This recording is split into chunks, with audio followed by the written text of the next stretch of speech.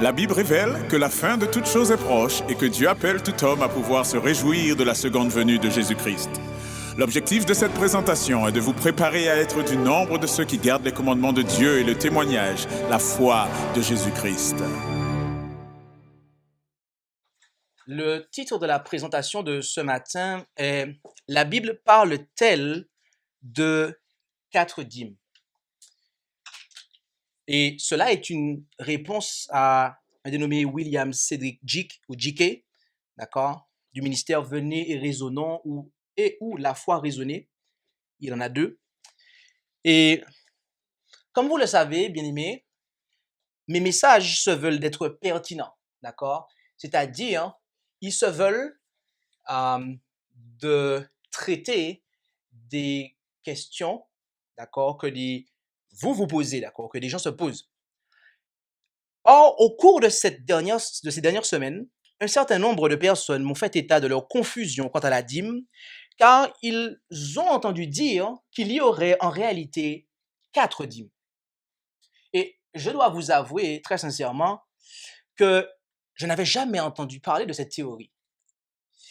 Et comme pour le sabbat lunaire, les fêtes juives et toutes les doctrines de ce genre, ce que l'on pourrait qualifier de nouvelles doctrines, des choses qu'on n'a jamais entendues, je me suis penché sur ce sujet, voyez-vous. Bien évidemment, en commençant par écouter ceux qui prêchent cette théorie, d'accord? Et je me suis rendu sur Internet et j'ai tapé 4 dîmes, 4 sortes de dîmes. Et je suis tombé sur la vidéo la plus regardée sur YouTube, qui est celle d'un dénommé Shora Kuetu, si je prononce bien son nom, qui est un prédicateur évangélique, d'accord, africain, ok, qui donne un message là-dessus, d'accord, qui expose ces 4 dîmes, d'accord. Et j'ai écouté son message, d'accord, et à la suite de ça, j'ai écouté le message de M. William Cedric Jick, qui est affiché à l'écran, d'accord, lequel a pour titre La vérité sur la dîme, d'accord. Voici pourquoi les pasteurs et prédicateurs ont peur de ce message, partie 1, d'accord. Et je me suis rendu compte, en fait, que c'était presque point pour point ce que M. Choraketu est en train de dire, en fait, d'accord. Bon, je ne vais pas rentrer dans un cherche à savoir si il s'est inspiré de lui ou pas, ce genre de choses. Mais je dis juste que c'est ce que j'ai noté, d'accord. Après, peut-être qu'ils ont la même inspiration, peut-être que, bon, je sais pas. Et alors que j'étais en train d'écouter attentivement M. William Cedric J.K., j'étais en train d'examiner les textes qu'il apportait pour soutenir ça.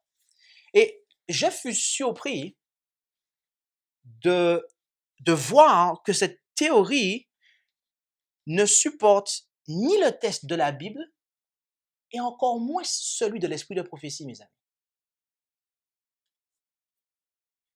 Et avant d'aller plus loin, je tiens à clarifier un point, ok? Qu'il soit clair qu'il ne s'agit pas ici d'un règlement de compte ou encore moins d'une attaque personnelle, d'accord? La vie personnelle de M. Choraketu ou de M. William Cedric J.K. ne m'intéresse absolument pas, d'accord? Et elle ne fera absolument pas l'objet d'une quelconque étude de ma part ou je ne sais trop quoi, d'accord? Ce n'est pas absolument pas cela, d'accord? Donc que les gens ne se méprennent pas, il ne s'agit pas d'une attaque personnelle. Durant cette heure, nous allons simplement chercher à savoir si la théorie des 4 dîmes est biblique. Voyez-vous? Car la Bible dit, en Proverbe 28, verset 17, « Celui qui plaide le premier paraît juste, mais sa partie vient et l'examine. » D'accord? Monsieur William Cedric J.K. a, dans l'adventisme en tout cas, plaidé le premier en faveur de ce message. D'accord? Sans consulter ses dirigeants, les dirigeants de son église, okay, l'organisation religieuse dénommée Église adventiste du 7e jour, et personne ne lui a apporté une réponse publique. D'accord? Mais aujourd'hui, la chose va changer. La présentation de ce matin sera la première partie d'une série d'études destinées à répondre à M. William Cedric J.K. Parce que en ce matin, nous allons prendre point par point. Je crois, je n'ai pas vérifié, mais les quelques 40 premières minutes du message que je vous ai demandé de considérer hier. Parce qu'il faut savoir que je vous ai demandé d'écouter son message. Je ne suis pas quelqu'un de malhonnête qui vous cache ce qu'il a dit et puis je vais falsifier ce qu'il aurait dit pour vous dire il a dit ça, l'autre il n'a pas dit ça. Non. Hier, je vous ai envoyé le message, je vous dis écoutez-le parce que demain, on va clarifier cette question-là. Voilà. Qu'on le sache, d'accord? Je n'ai pas peur de partager les vidéos des gens qui annoncent des théories que je réalise être erronées. Si vous voulez vous abonner à sa chaîne, c'est très bien. Ça ne me regarde pas en fait. C'est pas ça le plus important. Mon objectif ici, c'est de clarifier la question. D'accord? Nous allons juste ce matin considérer et réexaminer, passer en revue les quelques 40 premières minutes du message. Uniquement sur l'Ancien Testament. D'accord? Parce que dans la vidéo qui est affichée, il traite aussi du Nouveau Testament. D'accord? Mais comme il y a beaucoup de points à reprendre, à passer en revue et à rectifier, cela va nous prendre toute l'heure. D'accord? À partir de la minute 2 et de la seconde 25, Monsieur William Cedric J.K. cite Genèse 14, versets 17 à 20. Et au passage, je tiens à dire que pourquoi cette réponse, ce message est une réponse à Monsieur William Cedric J.K., c'est parce que je suis un pasteur adventiste, d'accord, du 7e jour, non théologiquement modifié, d'accord, et que ce monsieur se prétend être un prédicateur adventiste du 7e jour, d'accord, et que c'est principalement vers lui que les gens m'ont redirigé pour examiner cette théorie, d'accord, du moins on fait référence à lui. Donc, monsieur Chouraki, tu es dans le mouvement évangélique, peut-être qu'il entendra la réponse, mais il est plus judicieux de répondre à quelqu'un qui est dans la même mouvance, je dirais, que vous, surtout quand cette personne se revendique croire en l'esprit de prophétie. Genèse 14, verset 17 à 20. Il est dit, et donc il parle de la première mention de la dîme, donc avec Abraham, d'accord? Et le roi de Sodome sortit au devant de lui, après qu'il fut revenu de battre Kédor Laomer, et les rois qui étaient avec lui, dans la vallée de la plaine, qui est la vallée du roi. Et Melchisédek, roi de Salem, fit apporter du pain et du vin. Or, il était sacrificateur du Dieu très haut, et il bénit Abraham et dit, béni soit Abraham par le Dieu très haut, fondateur des cieux et de la terre, et béni soit le Dieu très haut, qui a livré tes ennemis entre tes mains. Et Abraham lui donna la dîme de tout. La première allégation que M. William Cedric J.K. fait sur ce texte est que Abraham donne la dîme sur le butin de guerre, et très précisément sur son butin de guerre, et pas sur ses biens personnels. D'accord? Voilà la première allégation qu'il fait, que Abraham a donné la dîme sur son butin de guerre et pas sur ses biens personnels. Mais mes amis, cela est faux. Le butin de guerre qu'Abraham avait emporté de sa bataille était celui, d'accord, que le roi Kedorlaomer avait volé au roi de Sodome. D'accord? Genèse 14, versets 8 à 12, lisons. Alors le roi de Sodome, le roi de Gomorre, le roi d'Adma, le roi de Tsebohim et le roi de Béla, qui est Tsoar, sortirent et rangèrent leurs troupes en bataille contre eux dans la vallée de Sidim. D'accord? Et contre Kedorlaomer, roi d'Élam, Tidéal, ou Tidil, ça dépend comment on le prononce, roi des nations, Amraphel, roi de Shinéar, et Arjok, roi d'Elassar, 4 rois contre 5. Or, il y avait dans la vallée de Sidim beaucoup de puits de bitume. Et le roi de Sodome et celui de Gomorre s'enfuirent et y tombèrent. Et ceux qui échappèrent s'enfuirent vers la montagne. D'accord? Alors, ils prirent toutes les richesses, et notez cela. Alors, ils prirent toutes les richesses de Sodome et de Gomorre et tous leurs vivres et s'en allèrent. Ils prirent aussi Lot, fils du frère d'Abraham, qui demeurait dans Sodome, et tout son puits, et ils s'en allèrent. Donc, il s'agit ici des richesses que Kedorlaomer a pris au roi de Sodome et de Gomorre. D'accord? Maxen, imagine que quelqu'un, tu as 2000 euros, que quelqu'un vole tes 2000 euros.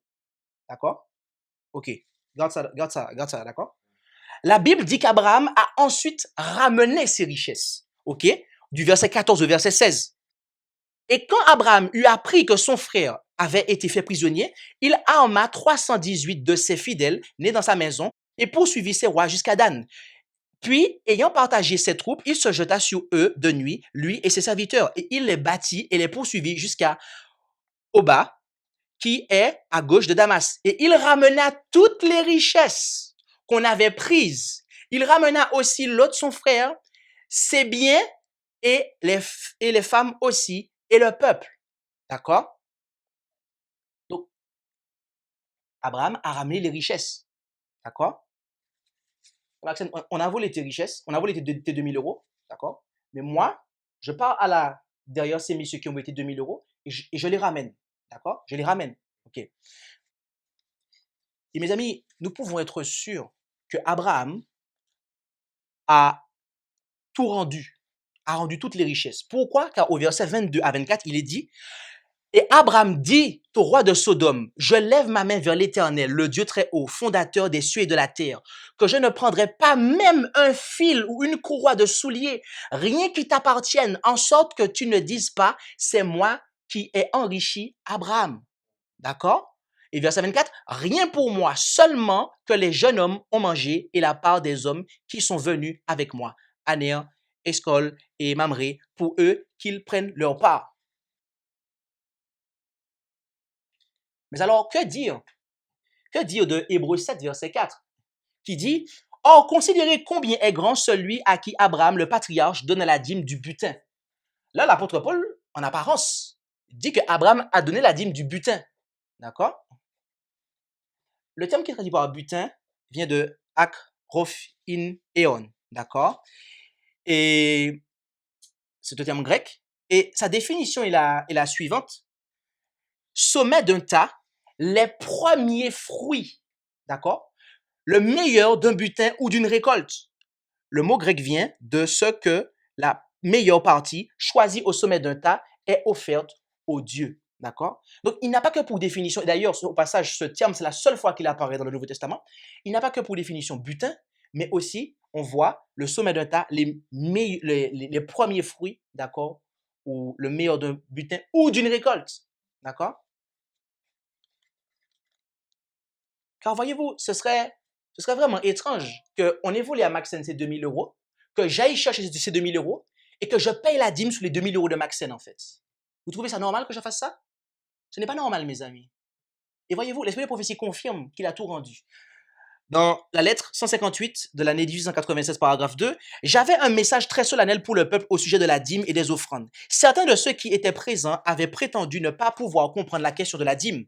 Étaient-ils incapables de percevoir pour discerner cette question aussi ancienne et lointaine que l'époque d'Abraham?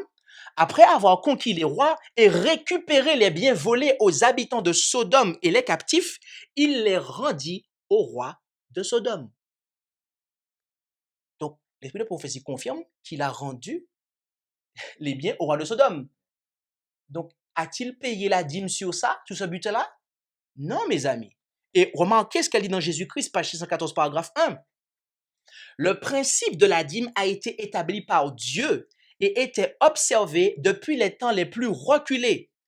Abraham, le père des croyants, paya la dîme de tout ce qu'il possédait. Or, rappelez-vous que Monsieur William Cedric Dickey a dit que Abraham n'a pas payé la dîme sur ses biens personnels, mais sur le butin de guerre. Conseil à l'économe, page 71, paragraphe 1. Ainsi que le fit Abraham, il faut payer la dîme sur toutes ses possessions et tous ses revenus. Une dîme fidèle est la part du Seigneur. La garder pour soi, c'est tromper Dieu. Ainsi que le fit Abraham, il faut payer la dîme sur toutes ses possessions, mais pas que, et ses revenus. L'allégation numéro 2 que fit M. William Cedric Dickey est que Abraham n'a pas répété cette action. On ne dit à aucun endroit qu'il avait coutume. Fin de la citation, d'accord? Ou de la paraphrase, ok? Il dit que Abraham n'a pas répété cette action de donner la dîme. Et on ne dit pas qu'il avait pour coutume. Donc la conséquence logique, c'est que Abraham a fait ça une fois, mais ce n'était pas une habitude de sa part, ok?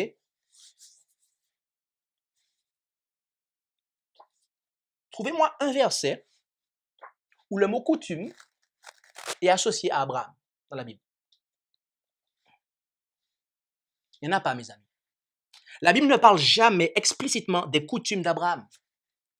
Il est donc erroné de conclure qu'Abraham n'avait pas coutume de donner la dîme, et ce, en raison du fait que la Bible ne le précise pas.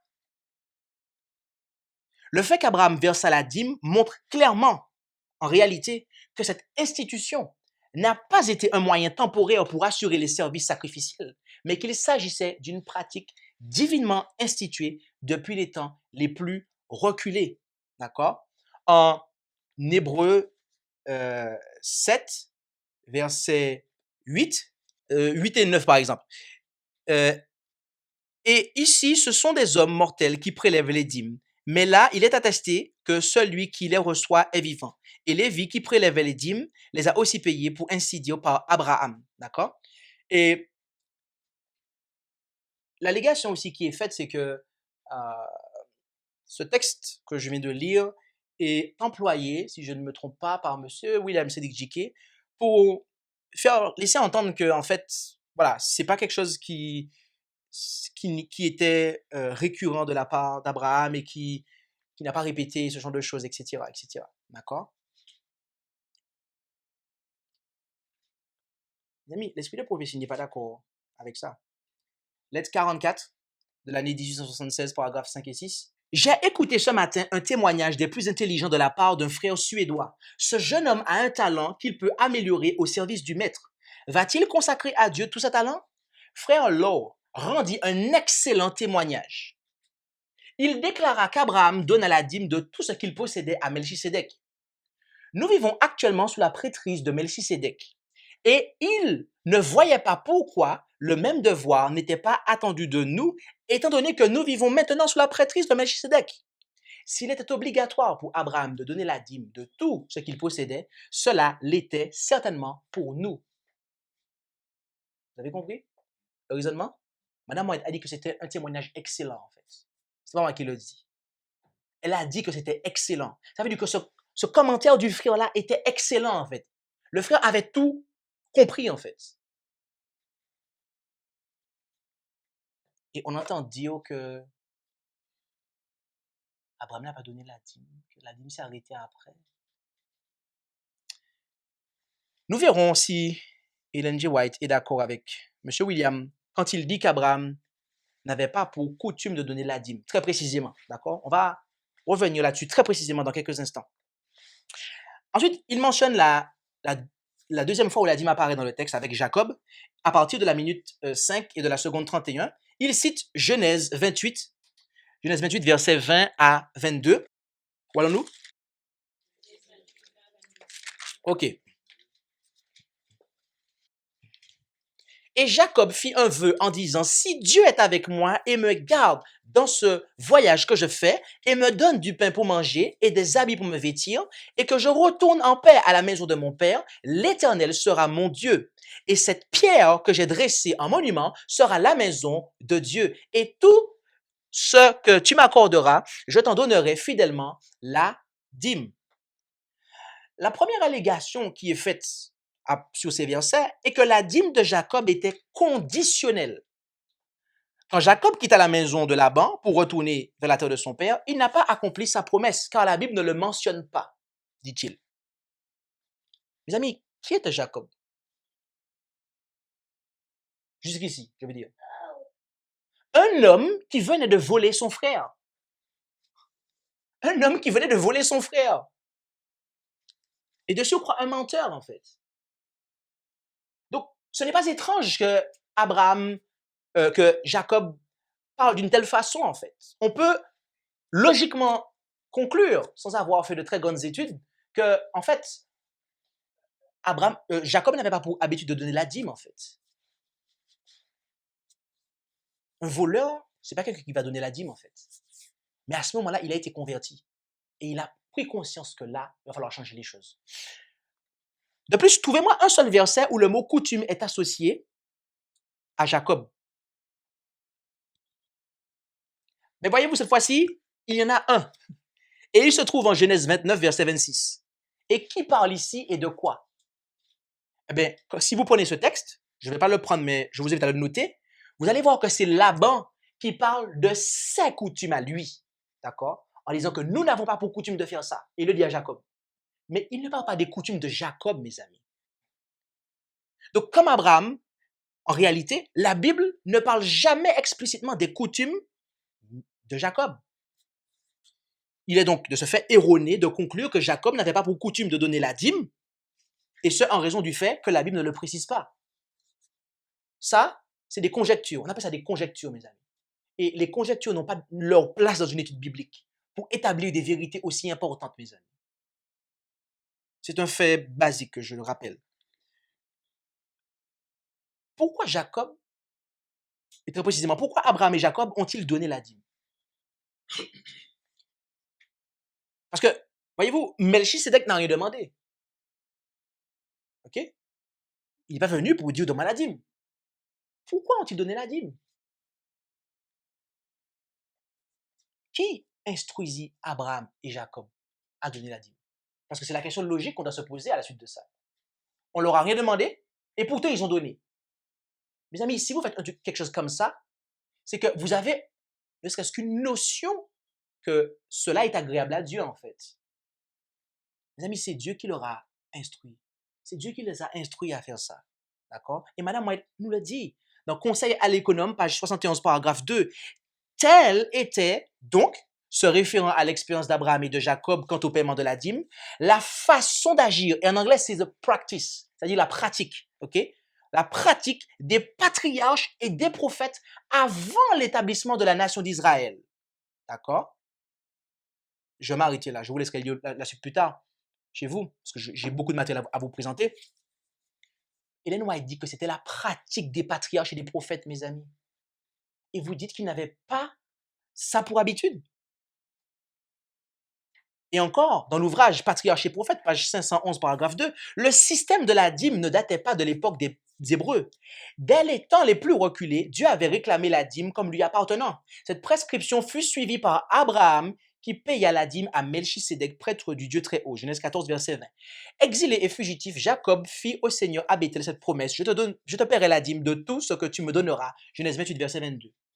Plus tard, quand la nation israélite fut organisée, l'institution de la dîme fut réaffirmée comme l'une des ordonnances divinement instituées et à l'observation de laquelle la prospérité du peuple était attachée. Et la loi dit qu'elle fut réaffirmée. Elle ne parle ni de description, ni de prescription, mes amis. La chose avait déjà été prescrite d'après l'esprit de prophétie.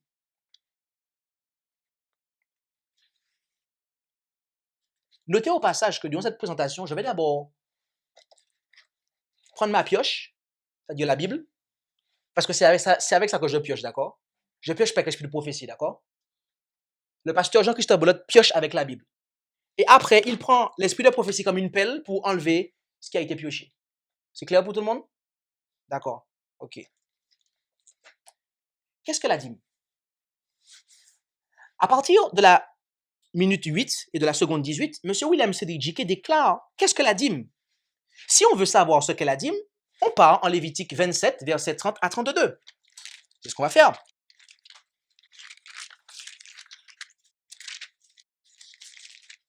Lévitique 27, versets 30 à 32. Toute dîme de la terre, tant des semences de la terre que des fruits des arbres, appartient à l'Éternel. C'est une chose consacrée à l'Éternel. Et si quelqu'un veut racheter quelque chose de sa dîme, il y ajoutera le 5e en s'use. Mais pour toute dîme de gros et de menu bétail, pour tout ce qui passe sous la verge, le 10e en sera consacré à l'Éternel.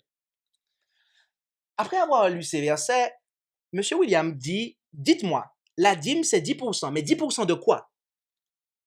Et plus loin, il dit que la dîme était en nature, en expliquant que cela n'avait rien à voir avec l'argent, car il existait déjà à cette période, l'argent, d'accord? L'argent existait déjà à cette période, ce qui est attesté, d'accord? Donc, il dit que l'argent existait déjà, ok? Mais la dîme ne porte pas sur l'argent, elle porte sur les produits en nature, d'accord? Et il affirme également: seuls les propriétaires de fermes devaient donner pour l'entretien des Lévites. Mes amis, quand on ne tord pas les deux premiers textes qu'on a considérés, d'accord? Les deux premiers textes où on nous parle de la dîme dans la Bible, ces derniers nous éclairent, voyez-vous. Ils nous éclairent. Genèse 14, verset 20.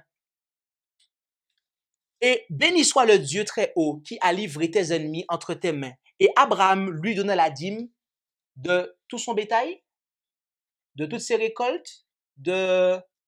Qu'est-ce que le texte hébreu dit, mes amis? C'est très simple, il y a un seul mot. De tout. De tout, mes amis. C'est ce que le texte dit. C'est ce que le texte dit. De tout. Et Jacob, ça n'est pas autrement. Genèse 22, verset 22, Genèse 28, verset 22. Et cette pierre que j'ai dressée en monument sera la maison de Dieu. Et tout ce que tu m'accorderas, je t'en donnerai fidèlement la dîme. Remarquez, tout ce que tu m'accorderas. Y a-t-il une exception ici? Non, il n'y a pas d'exception. La Bible limite-t-elle la dîme aux récoltes et au bétail? C'est la question que je pose maintenant. Non, mes amis, car Abraham donna la dîme de tout, et Jacob dit tout ce que tu m'accorderas. Cela inclut tout, mes amis, tout ce que Dieu vous accorde. M. William dit encore, la dîme n'avait rien à voir avec l'argent, mais seulement sur les produits agricoles et fermiers. Et je continue à le citer. Lorsque Jésus parle de la dîme, il ne parle pas de l'argent. Et il cite Matthieu 23, verset 23. « Malheur à vous, scribes et pharisiens hypocrites, car vous payez la dîme de la menthe, de la nette et du cumin, et vous négligez les choses les plus importantes de la loi, la justice, la miséricorde et la fidélité. Il fallait faire ces choses-ci et ne pas omettre celles-là. » Mes amis, notez que Jésus ici ne parle pas du bétail. Vous êtes d'accord avec moi? Jésus ne parle pas ici du bétail. Or, si nous suivons la logique de M. William Cedric Dickey, ce que la Bible ne dit pas est inexistant. C'est la logique qu'il a suivie depuis le départ de son étude. Il dit, la Bible ne parle pas de coutume, donc c'est pas obligatoire. Donc moi, je prends sa logique, je la remets ici, parce qu'il faut être logique avec soi-même, mes amis. Jésus ne parle pas du bétail. Donc, la dîme ne concerne pas le bétail, mais que les fleurs. Vous comprenez un peu la logique? Vous voyez le problème qu'il y a avec cette logique, mes amis? On ne peut pas baser une étude sur des conjectures, des conclusions, des conjectures, tout simplement, en fait. D'accord? À partir de la minute 15 et de la seconde 36, M. William déclare, le seul passage que l'on a cité où on a parlé d'argent, c'est dans le rachat de la dîme. Et il cite Lévitique 27, verset 30. D'accord? Relisons-le. Toute dîme de la terre, tant des semences de la terre que des fruits des arbres, appartient à l'Éternel. C'est une chose consacrée à l'Éternel. D'accord? Et si quelqu'un veut racheter quelque chose de sa dîme, il y ajoutera le 5e en sus, verset 31 que je viens de lire. On nous parle ici de payer la dîme en nature, soit en blé, soit en orge ou tout autre produit de la terre. Pour quelle raison, mes amis? Pour quelle raison? Car il pouvait y avoir des cas où un homme avait besoin de blé pour l'ensemencement et préférait payer en argent plutôt qu'en blé. Et voyez-vous, dans ces conditions, il pouvait racheter la dîme en faisant évaluer le blé et en payant cette somme plus un 5e. Or, d'après Lévitique 27, verset 30, ou tout du moins, après avoir cité Lévitique 27, verset 30, M. William donne l'exemple d'un homme avec un mouton. Il ne prend pas l'exemple du blé, hein? Il prend l'exemple d'un homme avec un mouton. Et quand il a dit ça, les gens n'ont rien dit en fait. Où est le problème? Où est le problème lorsqu'il cite le mouton en fait? En fait, lorsqu'il fait ça, il montre qu'il n'a même pas compris le texte. Parce que au verset 33, l'Éternel dit que la dîme du bétail ne peut pas être rachetée. Verset 32 et 33, lisons. Mais pour toute dîme de gros et de menu bétail, pour tout ce qui passe sous la verge, le 10e en sera consacré à l'Éternel. On ne distinguera pas entre le bon et le mauvais, et on ne le changera pas. Si on le change, ok, l'animal remplacé et celui qui le remplace seront l'un et l'autre consacrés. Ils ne pourront être rachetés.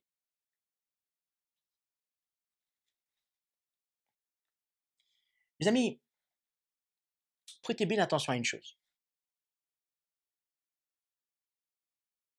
Le Dieu qui déclara dans le psaume 50, verset 10, car tous les animaux des forêts sont à moi, les bêtes des montagnes par milliers. OK? Ici, on parle du bétail. D'accord? A également dit en Agé 2, verset 7 à 9, j'ébranlerai toutes les nations et les trésors de toutes les nations arriveront et je remplirai cette maison de gloire. De quelle maison parle-t-on ici? Du temple, n'est-ce pas? A dit l'Éternel des armées, l'argent est à moi et l'or est à moi, dit l'Éternel des armées. La gloire de cette dernière maison sera plus grande que celle de la première, a dit l'Éternel des armées. Et je mettrai la paix en ce lieu, a dit l'Éternel des armées. L'Éternel parle de l'argent et de l'or que M. William dit ne pas rentrer dans le cadre de la dîme pour dire que ces choses-là vont affluer dans sa maison. Et voyez-vous, l'esprit de prophétie confirme que la dîme ne portait pas uniquement sur les récoltes et le bétail. En effet, en éducation, page 50, paragraphe 3, elle dit la consécration à Dieu d'une dîme de tous les revenus du verger ou des moissons, des troupeaux ou encore du travail de l'intelligence ou des mains. Et plus loin, elle dit permettait aux enfants d'Israël de garder vivace à l'esprit la vérité première que tout appartient à Dieu et qu'il avait là la possibilité extraordinaire de transmettre les bénédictions divines. Remarquez, l'esprit de prophétie dit, ou encore du travail de l'intelligence et des mains. Il n'y a pas que les récoltes et le bétail, mes amis. C'est d'après l'esprit de prophétie. Ça va plus loin. Intéressons-nous maintenant de très près à la théorie des 4 dîmes. Après avoir bien tordu les textes de la Genèse ainsi que ceux que nous avons considérés en Lévitique, M. William commence, à partir de la minute 17 de la seconde 41, à exposer la théorie des 4 dîmes. Et il dit, la première dîme est la dîme des festivités ou des fêtes juives. La deuxième dîme était la dîme pour les Lévites. La troisième dîme était la dîme pour les veuves et les orphelins. La quatrième dîme était la dîme pour les prêtres. Il commence par citer Deutéronome 14, verset 22 à 26, comme faisant référence à la première dîme. Puis il saute le verset 27 et explique que Deutéronome 14, verset 28 et 29 parle de la deuxième dîme. Puis il cite Deutéronome 26, verset 12 et 13. Ensuite, il explique que la dîme perçue par les Lévites en Nombre 18, verset 21 et Deutéronome 26, verset 12 et 13 est la troisième dîme.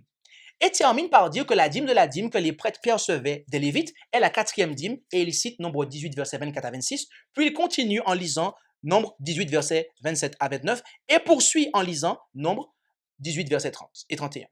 Enfin, il cite Néhémie 10, 35 à 39, mais ne lit que le verset 38. Et voici un résumé de la théorie des 4 dîmes. Okay? Je l'affiche à l'écran pour vous. Donc, dîme numéro 1, la dîme des festivités, Deutéronome 14, verset 22 à 26. Toujours de la dîme numéro 2, c'est la dîme des orphelins et des veuves, Deutéronome 14, verset 28 et 29, 26, 12 et 13. Dîme des Lévites, donc en numéro 3, Nombre 18, verset 21, Deutéronome 26, verset 12 et 13. Dîme des prêtres, Nombre 18, verset 24 à 31, et Néhémie 10, 35 à 39. Voilà un résumé de la théorie des 4 dîmes d'après M. William Cedric J.K. et d'autres. Il n'est pas le seul d'ailleurs. M. Choakitu, comme je vous l'ai dit, expose ça. Mais, je vous l'ai dit, il s'agit là d'une théorie, d'accord? Nous allons démontrer qu'il n'y a pas 4 dîmes en réalité. Mais avant de ce faire, je vais vous prouver une dernière fois que la dîme incluait aussi la monnaie. Ok? Rendons-nous en Néhémie 10, versets 35 et 36, que M. William n'a pas lu en fait. Il a lu tout sauf ça. D'accord?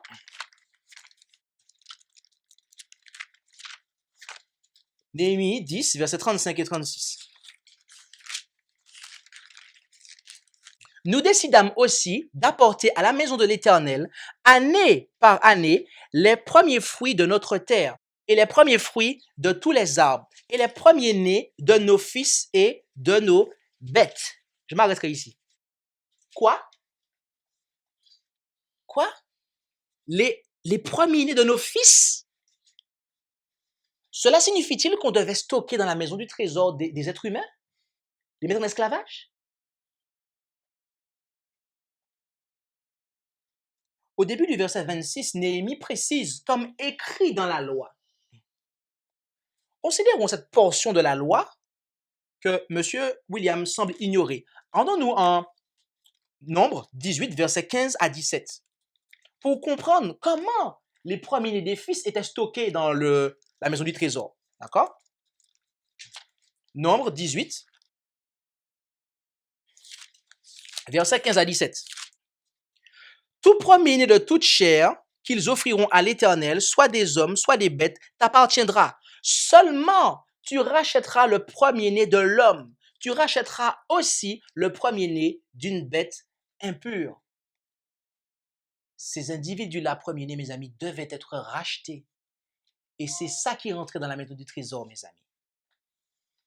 En effet, car avant l'épisode de l'idolâtrie avec le veau d'or, les premiers-nés de chaque famille israélite devaient être consacrés à l'Éternel. Mais après, ce sont les Lévites que Dieu s'est choisis. Et c'est pour cela qu'il demanda à ce que les premiers-nés soient rachetés. Or, le rachat se faisait en monnaie, mes amis. Et cette monnaie, d'après Néhémie 10, versets 35 et 36, était apportée dans la maison du trésor. Venons-en donc au point, à savoir qu'il n'y a pas 4 dîmes. Prenons les versets qui, d'après M. William Sadiq J.K., enseignent la 3e et la 4e dîme. Rendons-nous en Nombre 18, versets 20 à 25. On y est déjà, hein? Nombre 18, mais cette fois-ci, lisons du verset 20 à 25. Puis, l'Éternel dit à Aaron, tu n'auras point d'héritage en leur pays. Tu n'auras point de portion au milieu d'eux. Je suis ta portion et ton héritage au milieu des enfants d'Israël. Et quant aux enfants de Lévi, voici, je leur ai donné pour héritage toutes les dîmes d'Israël en échange du service qu'ils font, le service du tabernacle d'assignation. Et les enfants d'Israël n'approcheront plus du tabernacle d'assignation, de peur qu'ils ne se chargent d'un péché et qu'ils ne meurent. Mais ce sont les Lévites qui feront le service du tabernacle d'assignation et ce sont eux qui porteront leurs iniquités. Ce sera une ordonnance perpétuelle dans vos générations. Ils ne posséderont point d'héritage au milieu des enfants d'Israël, car j'ai donné pour héritage aux Lévites les dîmes des enfants d'Israël qu'ils prélèveront pour l'Éternel en offrande. C'est pourquoi j'ai dit d'eux, ils ne posséderont point d'héritage au milieu des enfants d'Israël. Puis, je m'arrêterai là, ok, jusqu'au verset 24. J'ai dit 25, mais c'est jusqu'au verset 24, je devrais lire. Avant de commenter ce texte, j'aimerais vous rappeler quelque chose. C'est-à-dire, ou tout du moins vous rappeler ou vous apprendre quelque chose. C'est-à-dire les différences qu'il y a entre Lévites et sacrificateurs. En tant que serviteurs du sanctuaire de Dieu, les descendants de Lévi étaient divisés en 2 classes principales remplissant des fonctions distinctes. Premièrement, il y avait les prêtres, descendants d'Aaron, ok, d'après Deutéronome 33, versets 8 à 10 et Josué 21, versets 1 et 4, agissant en tant que médiateurs entre Dieu et les hommes, effectuant les sacrifices et rendant service dans le sanctuaire lui-même. Deuxièmement, il y avait les autres Lévites, chargés de transporter quant à eux le tabernacle dans le désert en marche, de le dresser, de le prendre en charge lorsque le campement était installé et d'assister les prêtres dans l'exercice de leurs fonctions. Et on cite beaucoup de textes, Nombre 1, versets 50 à 53, chapitre 3, versets 6 à 9, versets 25 à 27, chapitre 4, versets 1 à 33, 1 Samuel 6, verset 15 et 2 Samuel 15, verset 24. Sous le sacerdoce lévitique, Dieu ordonna que la dîme d'Israël soit consacrée au soutien des enfants de Lévi. Vous avez entendu ça? Je reprends. Hein? Sous le sacerdoce lévitique, Dieu ordonna que la dîme d'Israël soit consacrée au soutien des enfants de Lévi. En effet, remarquez tout d'abord qu'au verset 20 et 21, l'Éternel s'adresse à Aaron en tant que représentant de toute la tribu de Lévi, sacrificateur ou pas. Prêtre ou pas. Ok? Parce que quand sous la diapo, j'ai marqué prêtre, c'est synonyme de sacrificateur, d'accord? Prêtre est égal à sacrificateur, d'accord? Donc, il y avait les enfants de Lévi étaient soit lévites de base, simple, ou soit niveau supérieur, sacrificateur ou prêtre, d'accord? Ok? Donc, le verset 20 et 21, au verset 20 et 21, l'Éternel s'adresse à Aaron en tant que représentant de toute la tribu de Lévi, sacrificateur ou pas. Et cela est confirmé lorsqu'il lui dit au verset 21, et quant aux enfants de Lévi, ok? Mes amis, l'expression enfant de Lévi, je le rabâche, mais c'est pourquoi ça puisse rentrer, parce que c'est très important, cible les Lévites et les sacrificateurs. Par conséquent, les versets 20 et 21 s'adressent à tous les mâles de la tribu de Lévi, qu'ils soient sacrificateurs ou pas. Et ce n'est qu'à partir du verset 22 que l'Éternel va commencer à cibler les Lévites qui n'étaient pas sacrificateurs. Pourquoi? Car il fait comprendre que seuls ces Lévites pouvaient s'approcher de la tente d'assignation sans mourir. D'accord? Ils n'étaient pas sacrificateurs, mais cependant, ils pouvaient le faire. Pourquoi? Parce qu'ils étaient Lévites et c'était leur charge de s'approcher. Okay? Les seuls individus qui n'étaient pas sacrificateurs et qui pouvaient s'approcher du sanctuaire, c'étaient les Lévites. Et c'est ce que le texte commence à dire. Puis l'Éternel poursuit en parlant cette fois-ci à Moïse, à partir du verset 25, en disant, puis l'Éternel parla à Moïse en disant, tu parleras aussi aux Lévites et tu leur diras, quand vous aurez reçu des enfants d'Israël la dîme que je vous ai donnée sur eux pour votre héritage, vous en prélèverez l'offrande de l'Éternel, la dîme de la dîme, et votre offrande prélevée vous sera comptée comme le froment de l'air et comme l'abondance de la cuve.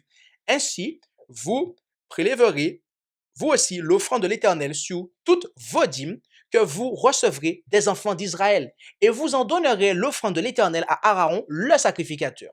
Vous prélèverez toute l'offrande de l'Éternel sur toutes les choses qui vous seront données, sur tout ce qu'il y aura de meilleur. Vous prélèverez la portion consacrée. Et tu diras, quand vous aurez prélevé le meilleur de la dîme, elle sera comptée aux Lévites comme le revenu de l'air et comme le revenu de la cuve. Et vous la mangerez en un lieu quelconque, vous et votre famille, car c'est votre salaire en échange de votre service dans le tabernacle d'assignation. Je vais m'arrêter là. Notez, mes amis, que la dîme de la dîme, que les Lévites donnaient aux sacrificateurs, était toujours destinée à soutenir non pas des enfants de Juda, non pas des Benjamites, non pas mais des Lévites, des enfants de Lévi, d'accord? Ok? Or, étant donné que cette dîme transitait d'une partie de la tribu de Lévi, à savoir les Lévites, vers une autre, à savoir les sacrificateurs, pouvons-nous la classer comme étant une deuxième dîme? Si nous sommes logiques avec nous-mêmes, non, mes amis. Et la raison pour laquelle M. William voit là deux dîmes distinctes et qui ne tient pas compte du fait que la dîme que donnaient les enfants d'Israël était destinée à faire vivre la tribu de Lévi. Des simples Lévites aux sacrificateurs. Toute la tribu de Lévi. M. William et les autres ne comprennent pas qu'il s'agit ici d'une subdivision et non d'une autre dîme distincte. Quand on parle de la dîme, il s'agit d'une subdivision de la dîme destinée aux Lévites, à la tribu de Lévi, et non pas une autre dîme distincte, mes amis.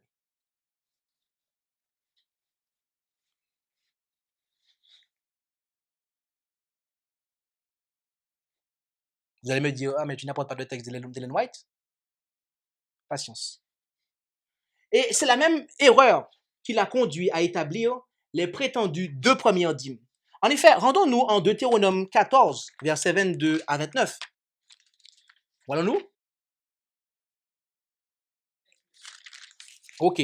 Tu ne manqueras point de donner la dîme de tout le produit de ce que tu auras semé, de ce qui sortira de ton champ chaque année. Et tu mangeras devant l'Éternel ton Dieu au lieu qu'il aura choisi pour y faire habiter son nom, la dîme de ton froment, de ton vin, de ton huile et les premiers-nés de ton gros et de ton menu bétail, afin que tu apprennes à craindre toujours l'Éternel ton Dieu. Mais si le chemin est trop long pour toi, en sorte que tu ne puisses porter toutes ces choses, parce que le lieu que l'Éternel ton Dieu aura choisi pour y mettre son nom sera trop loin de toi, quand l'Éternel ton Dieu t'aura béni, alors tu les convertiras en argent et tu serreras l'argent en ta main. Tu iras en un lieu que l'Éternel ton Dieu aura choisi. Je fais une pause ici. Rappelez-vous que M. William dit que c'était pas sous de l'argent. Qu'est-ce que le texte dit là? Il pouvait convertir en argent. Mes amis, quand vous apportez la dîme en argent, dans la maison du trésor, qu'est-ce qu'il y a? Il y a pas que des bœufs, des moutons et que des graines de blé. Il y avait aussi de l'argent, mes amis, de la monnaie. Mais bon, poursuivons. Verset 26. Et tu donneras l'argent en échange de tout ce que tu désireras, gros ou menu bétail, vin ou boisson forte, et tout ce que tu souhaiteras. Et tu le mangeras là, devant l'Éternel ton Dieu, et tu te réjouiras, toi et ta famille. Verset 27. Et tu n'abandonneras point le Lévite, d'accord, qui est dans tes portes, parce qu'il n'a point de portion ni d'héritage avec toi.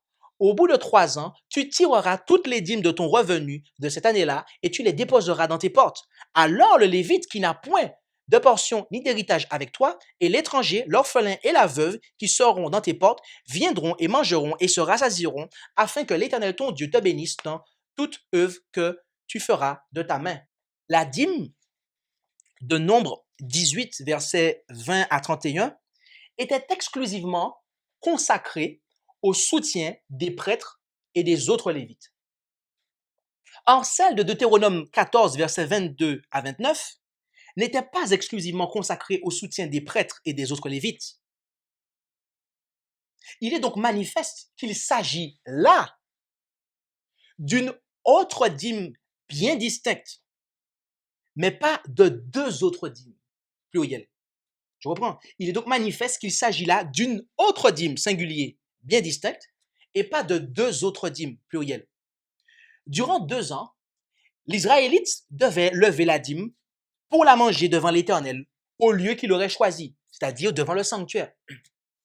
Mais la 3e année, il devait l'employer dans ses portes, c'est-à-dire dans sa maison, dans sa demeure, afin d'exercer l'hospitalité envers l'étranger qui, comme le Lévite, n'avait pas d'héritage terrestre, ainsi que l'orphelin et la veuve. D'accord? Notez, l'étranger, Lévite, orphelin et veuve. D'accord? Il s'agit là de la seconde dîme, mes amis, qui est destinée à soutenir les plus démunis, à prendre soin des pauvres. D'accord? Et voyez-vous, Madame White en parle. Patriarche et prophète. Et j'ai mis la version en anglaise, mais la référence française va suivre après, parce que ce n'est pas très bien traduit dans Patriarche et prophète, la version française. J'ai mis en anglais. Afin de promouvoir le rassemblement du peuple au service religieux, aussi bien que pour subvenir aux besoins des pauvres, une seconde dîme de tout le revenu était autrefois demandée. Concernant la première, le Seigneur déclara, et quant aux enfants de Lévi, voici, je leur ai donné cet héritage, pour héritage toutes les dîmes d'Israël, Nombre 18, verset 21. Mais à l'égard de la seconde, il commanda que tu mangeras devant l'Éternel ton Dieu au lieu qu'il aura choisi pour y faire habiter son nom, la dîme de ton froment, de ton vin, de ton huile et les premiers-nés de ton gros et de ton menu bétail, afin que tu apprennes à craindre l'Éternel ton Dieu. Deutéronome 14, versets 23 et 29 et chapitre 16, versets 11 à 14. Il devait, pendant 2 ans, apporter cette dîme ou son équivalent en monnaie à l'endroit où le sanctuaire fut établi. Après avoir présenté un sacrifice de louange à Dieu, ainsi qu'une portion spéciale aux prêtres, les personnes ayant présenté l'offrande devaient employer le reste de celle-ci pour une fête religieuse à laquelle les Lévites, l'étranger, les orphelins et les veuves participèrent. La provision était ainsi faite pour les sacrifices de louange et les fêtes annuelles. Le peuple était, par ce moyen, attiré dans la société des prêtres et des Lévites afin qu'ils puissent recevoir instruction et encouragement dans le service de Dieu. Cependant, tous les 3 ans, cette seconde dîme devait être employée à la maison pour entretenir le Lévite et le pauvre, car Moïse avait dit qu'ils la mangeront dans tes portes et seront rassasiés. Deutéronome 26, verset 12. Cette dîme pourvoyait à un fonds pour la pratique de la charité et de l'hospitalité. Remarquez comment l'Esprit de prophétie cite les textes que M. William cite et comment elle les classe différemment. Elle ne les classe pas comme M. William les classe. Et deuxièmement, elle dit qu'il n'y a que 2 dîmes, mes amis. La dîme qui est consacrée, la dîme de l'Éternel, qui est consacrée, qui est destinée à soutenir ceux qui font le service religieux, et une autre dîme qui est destinée à soutenir les plus démunis, les pauvres, ok, lévites, veuves, orphelins, etc. D'accord? Lorsqu'on fait l'hospitalité, lorsqu'on fait un repas, etc., on invite ces gens-là, en fait. Vous pouvez parcourir l'esprit de prophétie, mes amis, du premier livre qu'elle a écrit jusqu'au dernier livre, vous ne verrez jamais parler de 3 dîmes, de 3e dîme, de 4e dîme. Elle ne parle que de 2 dîmes, mes amis. Et la suite nous le confirme. Dans pamphlet 148, page 7, paragraphe 2, les contributions demandées aux Hébreux à des fins religieuses et caritatives s'élevèrent largement à 1/4 de leurs revenus.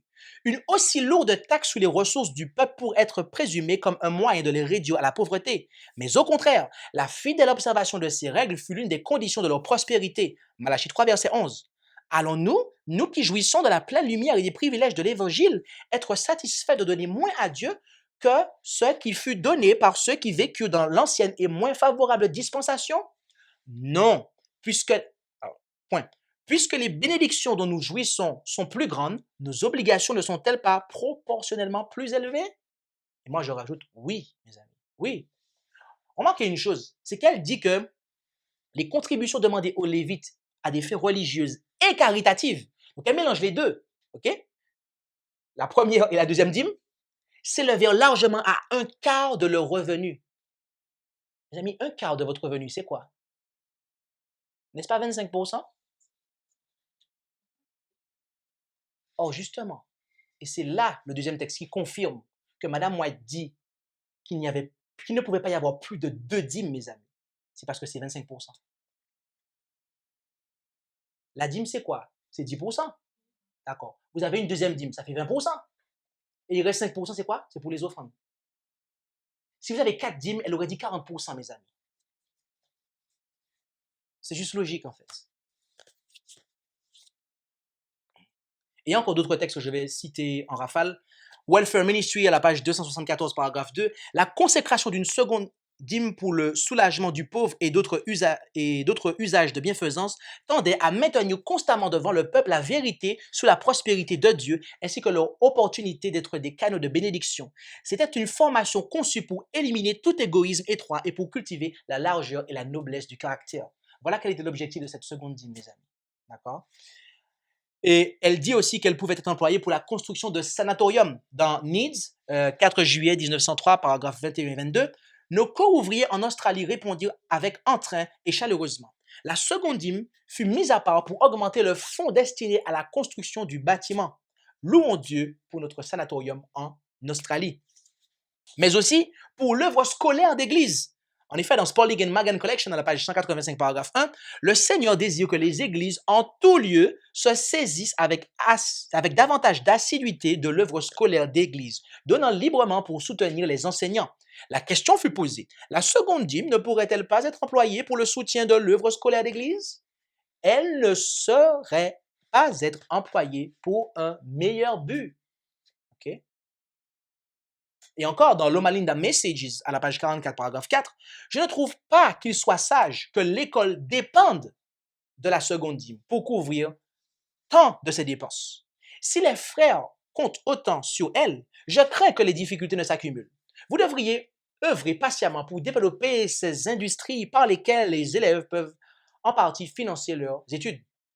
Si je m'arrête ici, dans Spalding and Magan Collection, elle dit qu'elle peut être employée pour l'œuvre scolaire d'église, mais pas exclusivement. Elle ne doit pas être l'unique fonds pour cela, en fait. Il faut d'autres choses, d'accord?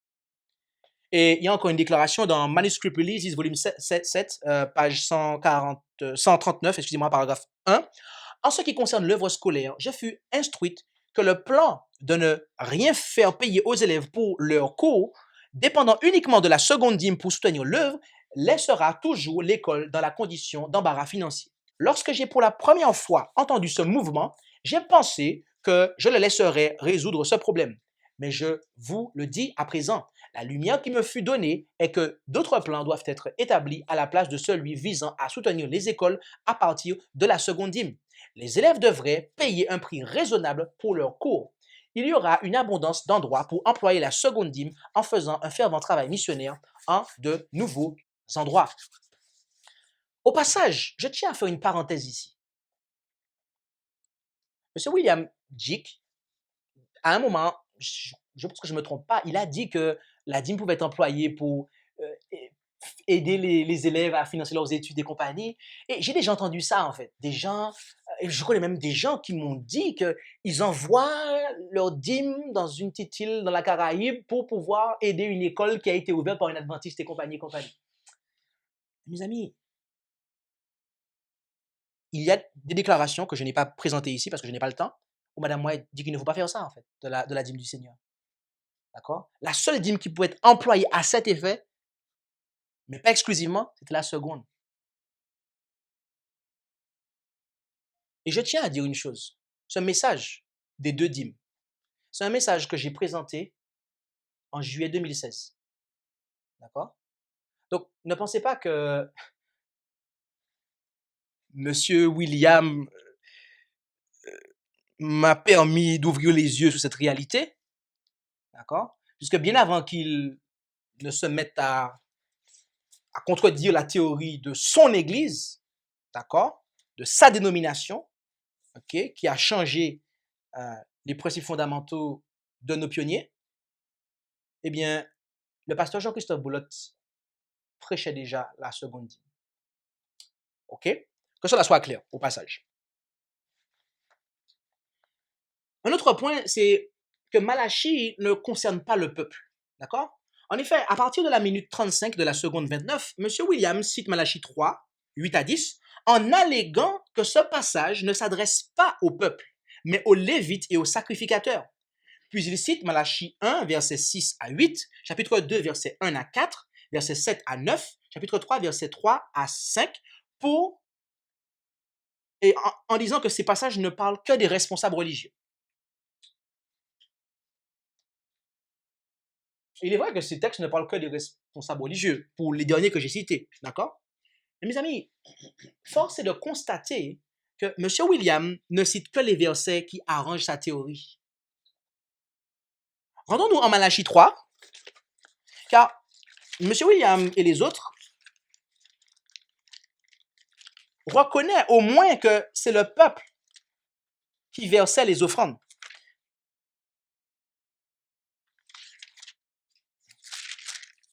Il reconnaît dans son message que le peuple versait les offrandes, mais pas la dîme, dit-il. Ok? C'est pas la dîme du peuple qui rentrait dans la maison du trésor, je précise. Ok? Mais c'est les offrandes du peuple, pas la dîme. Ok? Mais remarquez ça. Remarquez. Lisons chapitre 3, verset 8. L'homme trompera-t-il Dieu? Car vous me trompez et vous dites, en quoi t'avons-nous trompé? Dans les dîmes et dans les offrandes. Donc, M. William reconnaît que les offrandes qui étaient dans la maison du trésor, c'était ceux des enfants d'Israël, mais pourtant, il dit que ça ne s'applique pas aux enfants d'Israël. Donc là, il y a une contradiction. OK? Donc, dans quoi Dieu est-il trompé? Dans les dîmes et dans les offrandes. Mais s'agit-il uniquement des dirigeants? Lisons le verset 9. Vous êtes frappés de malédiction et vous me trompez, vous tous les Lévites et les sacrificateurs. C'est ça qui est dit? C'est ça qui est dit? La nation tout entière, mes amis. Je ne pense pas que la nation tout entière ne comptait que des sacrificateurs et des Lévites. La nation tout entière. Mais alors, si c'était uniquement les Lévites qui remplissaient la maison du trésor avec la dîme de la dîme, comme le prétend M. William Cedric Dick, okay, pourquoi au verset 9 et 10, l'Éternel demande-t-il à la nation tout entière d'apporter à la maison du trésor toute dîme? Tout simplement, mes amis, parce qu'il n'y avait pas que les Lévites, contrairement à ce que M. William dit, qui remplissaient la maison du trésor. Étant donné que les abus reprochés par Malachie sont similaires à ceux qui ont été commis pendant l'absence de Néhémie après son son premier mandat en tant que gouverneur, il est fort possible que le livre de Malachie soit daté de la période précédant le retour de Néhémie pour son deuxième mandat aux environs de 425 avant Jésus-Christ. Et considérons justement Néhémie, chapitre 13, versets 6 à 12. Voyons-nous? C'est exact. Chapitre 13, versets 6 à 12. Et là, il est dit, « Or, je n'étais point à Jérusalem pendant tout cela, car la 32e année d'Artaxerxès, roi de Babylone, j'étais retourné auprès du roi. Et au bout de quelque temps, je demandai un congé au roi. Je revenais donc à Jérusalem. Et alors, j'eus connaissance du mal qu'Eliashib avait fait en faveur de Tobija, lui préparant une chambre dans le parvis de la maison de Dieu. Ce qui me déplut fort, et je jetai tous les meubles de la maison de Tobija hors de la chambre. Et par mon ordre, on purifia les chambres, et j'y fis rapporter les ustensiles de la maison de Dieu et les offrandes et l'encens. J'appris aussi, et notez bien, que les portions des Lévites ne leur avaient point été données, et que les Lévites et les chantres qui faisaient le service s'étaient enfuis chacun vers son camp. Et je censurai les magistrats, verset 11, et je dis, pourquoi la maison de Dieu est-elle abandonnée? Remarquez, hein? Il dit que les portions n'étaient pas versées aux Lévites. Et après, il dit, pourquoi la maison de Dieu est-elle abandonnée? Je rassemblais donc, je poursuis, les Lévites et les chantres, et les rétablis dans leurs fonctions. Verset 12. Alors, et notez bien ça, mes amis, hein? Notez bien ça, réveillez-vous si vous dormez. Hein? Alors, tous ceux de Juda apportèrent les dîmes du blé, du vin et de l'huile dans les magasins. Monsieur William, ainsi que Monsieur Choraketu et tous les autres, d'accord, disent que non, les dîmes qui étaient mises dans la maison du trésor, c'était la dîme de la dîme que les Lévites donnaient aux sacrificateurs. Mais mes amis, le texte, il est écrit, dit que tous ceux de Juda apportèrent la dîme du blé. Mes amis, une chose, y avait-il des sacrificateurs ou des prêtres qui émanaient de la tribu de Juda? Non, mes amis, les prêtres et les sacrificateurs étaient exclusivement de la tribu de Lévi. Donc, quand le texte nous dit ici, alors tous ceux de Juda apportèrent les dîmes du blé, il s'agit ici de monsieur, madame, tout le monde israélite, tout simplement, le peuple. Et voyez-vous, cela est confirmé, et notez-le, en 2 Chroniques 31, versets 11 et 12, d'accord? Cela est même confirmé que ce n'était pas que la dîme de la dîme qui rentrait, mais la dîme tout simplement, en fait, d'accord? Ok? Bien que la culpabilité de profaner le temple incombait surtout à la classe des sacrificateurs, celle de retenir les dîmes était principalement imputable aux dirigeants et aux nobles. En tant que dirigeants, ils avaient apparemment donné le mauvais exemple à la population et devaient tout particulièrement être tenus pour responsables des conditions déplorables dans lesquelles Néhémie s'était trouvé après son retour à Jérusalem. Et c'est la raison pour laquelle, mes amis, Malachie parle beaucoup contre les responsables religieux, parce qu'ils n'ont pas conduit le peuple à observer leurs devoirs.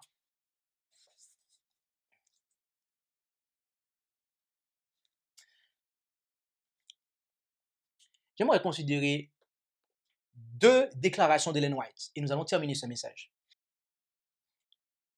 Conseil à l'économe, page 80, paragraphe 1. Lui qui a donné son Fils unique afin qu'il meure pour vous, il a fait alliance avec vous. Il vous accorde ses bénédictions et en retour, il vous demande de lui apporter vos dîmes et vos offrandes. Personne n'oserait prétendre qu'à cet égard, aucune directive n'a été donnée. Le plan de Dieu, en ce qui concerne les dîmes et les offrandes, est clairement défini dans le 3e chapitre de Malachie. Dieu demande à ses agents humains d'être honnêtes à l'égard du contrat qu'il a conclu avec eux. Apportez à la maison du trésor toutes les dîmes, dit-il, afin qu'il y ait de la nourriture dans ma maison. Malachie 3, verset 10. J'ai une question à vous poser, mes amis. Jésus-Christ n'est-il mort que pour les sacrificateurs et les Lévites?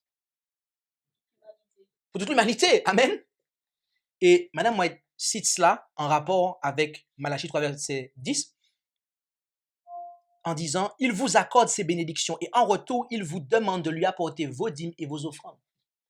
Donc cela concerne tous ceux pour qui Jésus-Christ est mort et pas simplement que les sacrificateurs et les Lévites.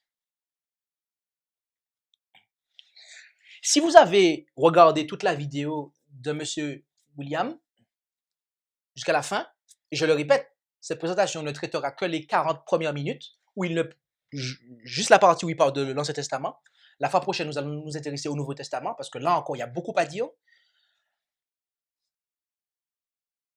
Vous vous êtes rendu compte que, en fait, la conclusion de cet enseignement, de l'enseignement sur les 4 dîmes, est que les croyants ne sont plus tenus de verser la dîme, en fait. C'est ça la conclusion de cet enseignement. Mes amis, si je vous dis qu'il n'y a rien de nouveau sous le soleil, vous me croyez? Est-ce que si je vous dis qu'il n'y a rien de nouveau sous le soleil, est-ce que vous me croyez? Conseil à l'économe, page 88, paragraphe 3, 89, paragraphe 1. J'apprends que vous dites aussi que nous ne devons pas payer la dîme. Mon frère, ôtez vos chaussures de vos pieds, car l'endroit où vous vous tenez est une terre sacrée. Le Seigneur s'est exprimé au sujet du paiement de la dîme. Il a dit, apportez à la maison du trésor toutes les dîmes, afin qu'il y ait de la nourriture dans ma maison. Récemment, j'ai reçu sur cette question un message direct de la part du Seigneur m'indiquant que des pasteurs adventistes et des anciens, c'est ça qu'elle dit? C'est ça qu'elle dit? Non. Que de nombreux adventistes du 7e jour trompaient Dieu dans les dîmes et les offrandes. Et il m'a été clairement révélé que Malachie avait décrit la situation telle qu'elle était. Alors, comment un homme osera-t-il prétendre dans son cœur que la suggestion de retenir les dîmes et les offrandes puisse venir du Seigneur? Mon frère, où êtes-vous sorti du sentier de la vérité? Oh, empressez-vous d'y revenir. C'est l'invitation que je lance à M. William, qui est prédicateur adventiste, qui prétend croire à l'esprit de prophétie. D'ailleurs, au passage, vous avez vu que dans son message, il n'a jamais cité l'esprit de prophétie. Vous avez vu ça? Pourquoi? Parce que mes amis, il y a 0 déclaration qui vont dans son sens. Toutes les déclarations de l'esprit de prophétie sont contre lui, comme on vient de le voir. Ah oui, mais sola scriptura, il faut tout baser sur la Bible, tout baser sur la Bible. Cela voudrait-il dire que l'esprit de prophétie est contraire à la Bible? C'est ce qu'on affirme quand on n'est pas en mesure de passer la pelle après la pioche. Tout comme la Trinité, les 4 dîmes n'existent que dans l'esprit de ceux qui ne laissent pas la parole de Dieu diriger leur foi. Ayant appris que j'allais exposer son enseignement, Venez et Raisonnons nous ont adressé l'email suivant. Et cela va apparaître dans la vidéo, ce sera mis. Mais ils ont dit, nous venons vers vous car nous avons été contactés par une personne qui vous suit. Nous ne vous connaissons pas même. Pas, je reprends parce que c'est petit. Nous ne vous connaissons pas, mais apparemment, vous critiquez nos enseignements. Oui, vous êtes libre de le faire. Mais nous vous demandons une chose. Si vous êtes sûr de vos enseignements, acceptez un débat public filmé avec la Bible en main sur le sujet de la dîme, Trinité, etc. Bien d'autres que vous dites aux gens que nous sommes dans l'erreur. Je pense que Jésus ferait tout pour sauver ceux qui sont dans l'erreur. Car c'est facile de faire une vidéo et parler quand l'autre n'est pas présent. Alors, si vous êtes de bonne foi, acceptez un débat public avec la Bible en main. Et le peuple décidera, vu les exposés de la parole de Dieu, ce qui est clair ou confus. Si vous ne tenez pas à ce débat, alors nous vous prions de présenter vos sujets sans parler de nous. Mais si vous êtes chrétien et sûr de vos enseignements, alors je ne vois pas pourquoi vous allez refuser ce débat. Car nous ne vous connaissons pas et nous ne savons pas même votre existence seulement par le biais de cette personne qui nous a partagé ce mail où vous dites que nous enseignons des erreurs. Alors, dans l'attente de votre réponse pour ce débat, passez une bonne journée. Équipe, venez et raisonnons. Alors moi, en bon chrétien, j'ai répondu chaleureusement. J'ai dit, chère équipe, venez et raisonnons. Et j'ai fait une introduction avec la Bible et j'ai dit, je ne comprends absolument pas pourquoi vous me demandez de présenter mes sujets sans parler de vous. Car quand M. William Cedric Jick a parlé de la Trinité dans ses vidéos, il n'a eu aucun scrupule à citer les ministères s'opposant à la Trinité. Exemple, Étoile du matin, qui au passage a traduit le livre du pasteur Allen Stump. D'accord? Comme vous le dites, nous sommes libres de commenter vos enseignements à la lumière de la parole de Dieu. Comme vous avez critiqué ceux des autres par le passé, cela est parfaitement équitable. D'accord? Dans l'une de ses vidéos sur les 4 dîmes, M. Cédric Jick a invité les pasteurs à lui répondre pour lui montrer s'il s'était égaré, en ajoutant qu'il n'aurait aucun problème à faire une vidéo de repentance. C'est donc ce que je m'apprête à faire, c'est-à-dire à réfuter son enseignement en présentant la vérité au peuple, à tel point que ce monsieur, s'il est vraiment sincère, devra ensuite faire cette vidéo de repentance. J'ai déjà observé les débats religieux, et à la fin de ces derniers, aucun parti ne change sa version. Cela n'est pas étonnant, car même après la manifestation de la vérité sur le mont Carmel, les prophètes de Baal ne se sont pas repentis. Au vu des présentations vidéo de M. William Cedric Jick, je crains qu'il ne soit dans un dialogue de sourds. Néanmoins, je reste ouvert aux déclarations personnelles avec ce monsieur s'il souhaite réellement connaître la vérité. Et après, je l'ai salué. Et il m'a répondu, Monsieur Christophe, comment pouvez-vous dire que c'est un dialogue de sourds si vous êtes certain de vos enseignements? Pourquoi refuser le débat? Et surtout, nous faisons les débats même avec les imams.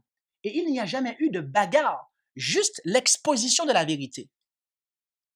L'invitation lancée est justement un débat, pas juste parler de son côté à des personnes qui ne se questionnent pas ou des gens qui vous suivent, mais un débat où les gens jugeront selon les Écritures. C'est justement ça qu'il faut faire. Si vous avez bien écouté les vidéos, c'est ce débat qu'il a lancé. William n'a pas le temps de regarder les vidéos. Nous avons beaucoup de travail à faire et il est constamment en déplacement. Donc, mais après avoir échangé avec lui, ok, il serait ouvert à l'idée de cette rencontre, juste lui donner la date avant et on pourra fixer lieu et inviter les gens à venir et après, cordialement, on verra ce qu'il est clair dans les Écritures. Alors, au lieu de faire un monologue dans une vidéo à des personnes acquises à votre avis, nous pensons, comme on le fait avec des pasteurs et d'autres personnes, le faire devant un public neutre. Vous êtes libre de faire votre vidéo, mais vous ne respectez pas l'appel fait dans toutes nos vidéos, c'est-à-dire accepter une rencontre si vous nous prouvez bibliquement, excusez-moi, nous ferons une vidéo publique pour demander pardon d'enseigner une chose qui n'est pas biblique. Voilà notre promesse. OK? Et donc, nous attendons votre réponse et espérons que vous respecterez au moins notre invitation qui consiste à un débat et pas un monologue en vidéo. Je lui ai répondu, chère équipe, venez raisonnons. C'est bien dommage que M. William Cedric Jick n'a pas le temps de regarder les vidéos, car s'il le faisait, il aurait déjà compris qu'il est dans l'erreur. Mais cette explication ne tient pas, car je suis pasteur de plusieurs églises à travers la francophonie et responsable d'une maison d'édition. Et néanmoins, je prends le temps de considérer les enseignements des autres. Les enregistrements vidéo que nous allons bientôt publier donneront une ultime occasion à M. William Cedric Jick ainsi que ceux qui le suivent de connaître ce qu'est la vérité. Mon premier email était clair et complet. Je vais donc le reproduire ci-dessous en guise de réponse à l'invitation au débat. Et j'ai recité mon email. Et il m'a répondu, Monsieur Christophe, être pasteur ne veut rien dire, car nous avons déjà suivi vos vidéos et c'est rempli d'erreurs. Mes amis, juste une chose. Au départ, il dit qu'il ne me connaît pas en fait. Il dit qu'il n'a jamais entendu parler de moi. Et après, il dit qu'il a suivi mes vidéos et que c'est rempli d'erreurs. J'ai trouvé ça étrange. Être pasteur de plusieurs églises ne veut rien dire. Ou avoir une maison d'édition. Tout ce que nous souhaitons, c'est, si vous êtes honnête, suite à l'invitation de William pour un débat, si vous fuyez le débat, alors ça ne sert à rien de faire comme si que vous dites c'est vrai. Bon, je lis ce qu'il dit. Hein. C'est malhonnête car, déjà je suis malhonnête, hein, car nous ne voyons personne qui est sûr de ses enseignements fuir un débat pour confronter sa certitude. C'est de la lâcheté. Pourtant, je suis lâche, il a bien invité des gens à venir prouver bibliquement qu'il a tort par un débat, alors il résignera. Mais comme vous refusez, nous n'allons pas perdre de temps à discuter. Mais nous savons que c'est facile d'enseigner des erreurs devant ceux qui n'étudient pas. Alors, vous tous qui êtes là en ce matin, vous n'étudiez pas la Bible, d'accord? Parce que j'ai refusé son offre de débat. Vous tous, on a déclaré que vous n'étudiez pas la Bible, d'accord? Alors, j'ai répondu 3 textes bibliques Ne parle point quand un insensé t'écoute, car il méprisera la prudence de tes discours. Proverbe 23, verset 9. Un homme sage contestant avec un homme insensé, qu'il se fâche ou qu'il rit, n'aura point de repos. Proverbe 29, verset 9. Ne réponds point au fou selon sa folie, de peur que tu ne lui ressembles toi-même. Proverbe 26, verset 4. Et j'ai terminé en disant, mais rassurez-vous, car dans mes présentations à venir, je vais uniquement exposer le caractère fallacieux des enseignements de M. William Cedric et non sa vie personnelle. Et à partir de ce moment-là, j'ai arrêté de lui répondre. Parce que je dis lui, parce que je vois très bien que c'est lui qui m'écrit en fait. Finalement, m'a-t-il répondu, nous voyons clairement que vous fuyez et nous traitez d'insensés. Merci beaucoup. Sachez que c'est facile d'enseigner les erreurs face à des personnes qui ne peuvent pas s'opposer à vos hérésies. Traiter le message adventiste de Babylone et fonder son église dans l'erreur, vous accomplissez la prophétie, mais du mauvais côté. Alors, je tiens à clarifier quelque chose ici. Il dit que je traite le message adventiste de Babylone. Alors, prenez toutes les vidéos que j'ai publiées, vous n'allez jamais m'entendre dire ça, mes amis. Ce que j'ai toujours dit, cependant, c'est que l'organisation moderne, dénommée Église adventiste du 7e jour, qui a changé ses doctrines fondamentales, est Babylone. Mais le message adventiste, tel que contenu dans la Bible, et tous les partisans de M. William Cedric, et même M. William Cedric, ce livre-là, qui a été édité récemment, qui a été publié, je vous l'envoie gratuitement, d'accord? Et vous verrez c'est quoi le véritable adventisme. Et ça, ce n'est pas Babylone. En passant, vous ne connaissez rien sur lui à part vos rumeurs, car vous savez très bien que vous recherchez la notoriété et non la vérité. Donc, je recherche la notoriété et non la vérité, d'accord? Jésus serait venu, comme aussi Paul l'a fait, mais comme vous savez que vous ne tenez sur rien à part contrôler vos membres qui dépendent que de votre opinion sur les Écritures. Que Dieu vous guide. Bon, à vous de juger, hein, si je ne vous contrôle pas, vous... Bon, machin, bon. En tout cas, moi, je vous ai cité cette prophétie. Lui ne l'a pas fait, d'accord? Vous avez exposé votre caractère. La vidéo est basée sur la diffamation d'une personne qui a volé dans notre ministère et qui a été achetée par la fédération. Ça fait vraiment rire. Nous pensions vraiment que vous étiez une personne qui est sérieuse. Mais c'est tout à fait vrai ce qu'on nous a dit. Rappelez-vous qu'il a dit qu'il ne me connaissait pas. Bon, dommage, car nous vous avons donné une possibilité sans tenir compte de ce que les gens disaient de votre secte. Mais voilà, vous avez démasqué votre personnalité et cette lettre sera lue, ne vous inquiétez pas. Voilà. Et maintenant, vous savez pourquoi je vous ai lu cette discussion? Parce qu'il m'a dit cette lettre sera lue. Cette lettre sera lue. J'échange en privé avec quelqu'un. La personne me dit cette lettre sera lue. Comme si que j'ai peur de cacher quelque chose. Moi, j'ai pas peur de cacher quelque chose, mes amis. Je vous la lire en entier. Et je préfère vous la lire en entier plutôt qu'il vous la lise dans sa vidéo et qu'il cache des choses qu'il aurait honte qu'on sache. Parce que moi, j'ai rien à cacher, mes amis. Je vous le dis franchement. Continuez à fuir et prêcher des erreurs. William ne connaît même pas votre existence, mais vous parlez de lui. Car parler derrière les gens est se croire important. Comme beaucoup de pasteurs, vous montrez votre jalousie et incohérence. Comme tu as le bon esprit, comme avez-vous peur de faire un débat avec un pécheur comme William? C'est lamentable, vraiment votre cas. Cherchez l'existence en diffamant les autres. Et c'est toujours lui, hein? J'ai terminé de répondre, hein? Et il m'a envoyé un autre email. Vous avez peur de ne plus recevoir la dîme et il met des émoticônes de ricaneur avec des larmes tellement qu'il rigole. Nous comprenons maintenant, au lieu d'aller travailler, vous enseignez les erreurs avec un titre de pasteur dont vous tenez tant. Enseignez les moutons qui ne sont pas lucides. C'est le travail des faux pasteurs. Vos membres ne vous donneront plus la dîme bientôt. Écoutez bien ce que je vais vous dire, d'accord? Je suis dans le ministère depuis 2015, d'accord? Depuis 2015, j'ai arrêté de travailler dans le ministère. Et pour pouvoir être dans le ministère à l'heure actuelle à temps plein, moi, Jean-Christophe Boulotte, je n'ai jamais fait d'appel aux dons. L'éducation à la générosité systématique qu'on fait avant la prédication, qui n'est pas un appel aux dons, c'est une éducation comme on le voit, les Lévites devaient le faire en Néhémie. Madame White dit qu'il faut le faire, mais on ne ramasse pas d'argent le sabbat. Ça a commencé l'année dernière, au mois de novembre. Et avant cela, mes amis, j'étais déjà dans le ministère depuis un bon petit moment, mes amis. Par contre, M. William Cedric Dick, il fait des vidéos à gogo pour demander de l'argent aux gens. Je tiens à dire une dernière chose. Et après, je vais conclure cette clarification d'email. Parce que comme je vous l'ai dit, je préférais lire l'email en public dans son entièreté avant qu'il ne soit lu et qu'il ne soit transcrit de la même manière qu'il a transcrit l'étude de la dîme, à savoir avec beaucoup de mensonges. Je ne suis pas un ministre évangélique. Je ne suis même pas en réalité un pasteur adventiste. Et encore moins un pasteur adventiste du 7e jour.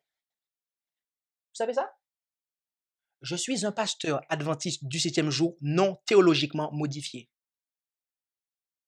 Ça veut dire que dont ces enseignements remontent directement à l'existence d'Ellen White.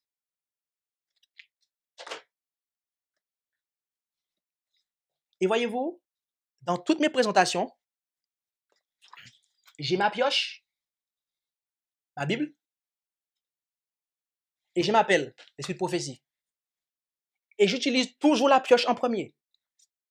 Et l'appel vient systématiquement après. Pourquoi je fais ça? Pourquoi je passe systématiquement l'appel après la pioche? C'est pour que le peuple de Dieu que vous êtes, vous puissiez avoir confiance dans l'esprit de prophétie. Parce qu'il est dit de sceller la loi et le témoignage parmi les disciples. C'est mon devoir de le faire, de vous montrer que l'esprit de prophétie se colle avec la Bible, mes amis. Par la grâce du Dieu Tout-Puissant, je suis un pasteur adventiste du 7e jour, non théologiquement modifié. Je ne suis pas comme ces individus qui sont dans le système et dont les pratiques et les enseignements contredisent l'enseignement de l'esprit de prophétie. Je n'ai pas honte du haut de la chair à citer l'esprit de prophétie après avoir cité la Bible. Je n'ai pas honte d'être étiqueté comme un helléniste, un whiteiste. Je l'assume, qu'on le sache haut et fort. Parce que Dieu m'a montré que Madame White, c'est sa messagère.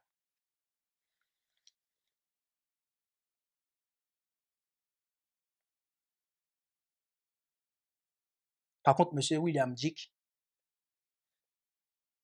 prétend croire à l'esprit de prophétie. Et ce matin, durant cette heure, nous avons vu que non seulement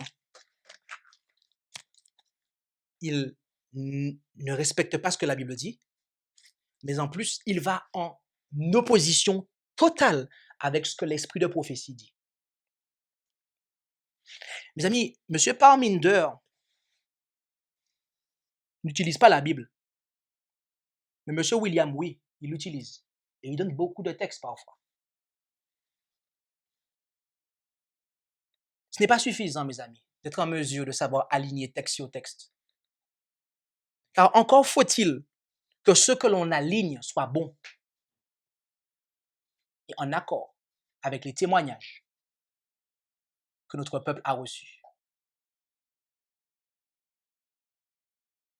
Chacun prend sa position.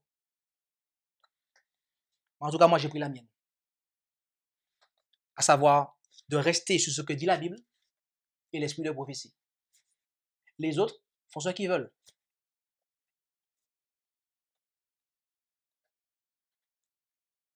Celui qui pète le premier paraît juste, mais sa partie adverse vient et l'examine. L'examen a été fait, mes amis. Et dans la balance, le résultat, c'est pesé et trouvé trop léger. Puisse le Seigneur nous aider à comprendre la vérité, mes amis. Car chaque point de notre foi, mes amis, chaque point de notre foi va être testé. Chaque point de notre foi, mes amis, de notre précieuse foi, va être testé, mes amis. Et ceux qui n'ont pas l'amour de la vérité vont être criblés, mes amis. tous ceux qui sont infidèles à Dieu dans leur cœur, Dieu va leur donner l'opportunité de manifester qui ils sont vraiment. Et je comprends pourquoi Dieu permet à des gens comme ce monsieur. Je comprends pourquoi Dieu continue à lui donner le souffle de vie pour qu'il puisse prêcher son message, en fait. C'est pour manifester qui est-ce qui suit vraiment la Bible, l'esprit de prophétie, mes amis. C'est tout simplement ça, mes amis.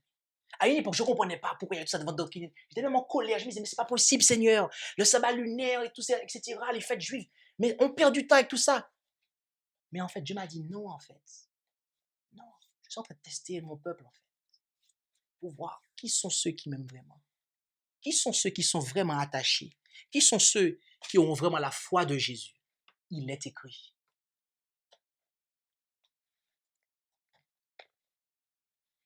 Que Dieu nous bénisse. Qu'il nous fasse grâce. Qu'il ouvre nos yeux et notre intelligence. Qu'il nous donne un discernement dont nous avons besoin. Amen.